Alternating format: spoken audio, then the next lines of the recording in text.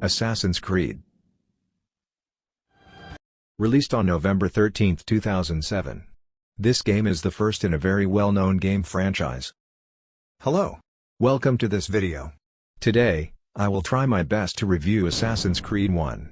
Here, we'll be taking a look at several things, those being the traversal, combat, gameplay, and story. Before we do this, I just want to point out that this video is gonna be about my opinion about the game, so you don't have to agree or disagree with me. Anyways, now let's talk about the most important aspect of an Assassin's Creed game, the traversal. Wait, is it the most important aspect of it? I don't know, but the parkour on this game is actually really good. Not as good as the more recent games, but not the worst in the series.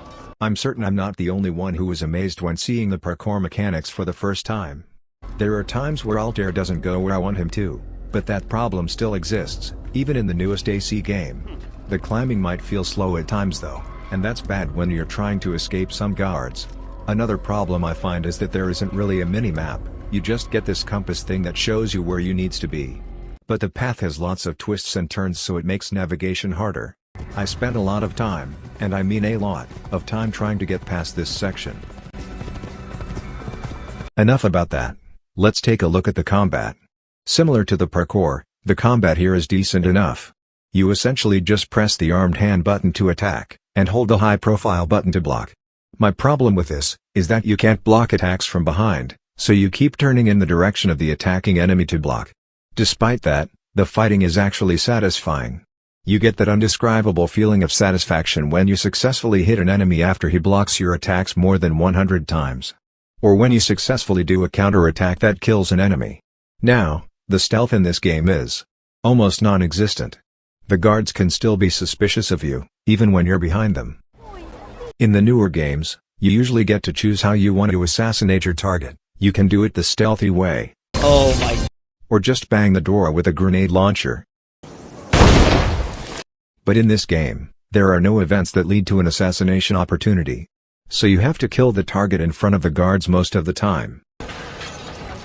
Let's move on to the gameplay now. There's not really a variation in the gameplay, you basically just go to this place, investigate, kill your target, go back to your master, and you do that for all the memory blocks. This could get repetitive after a while. Some of the investigation challenges are very fun though, I'll give them that.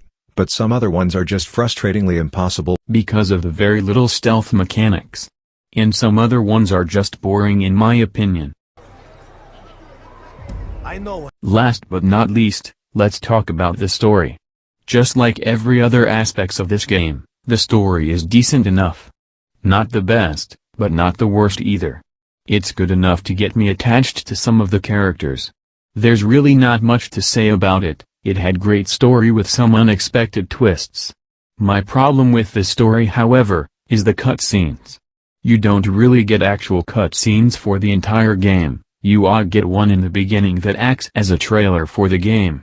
The way the exposition gets delivered is by interactable dialogue sequences.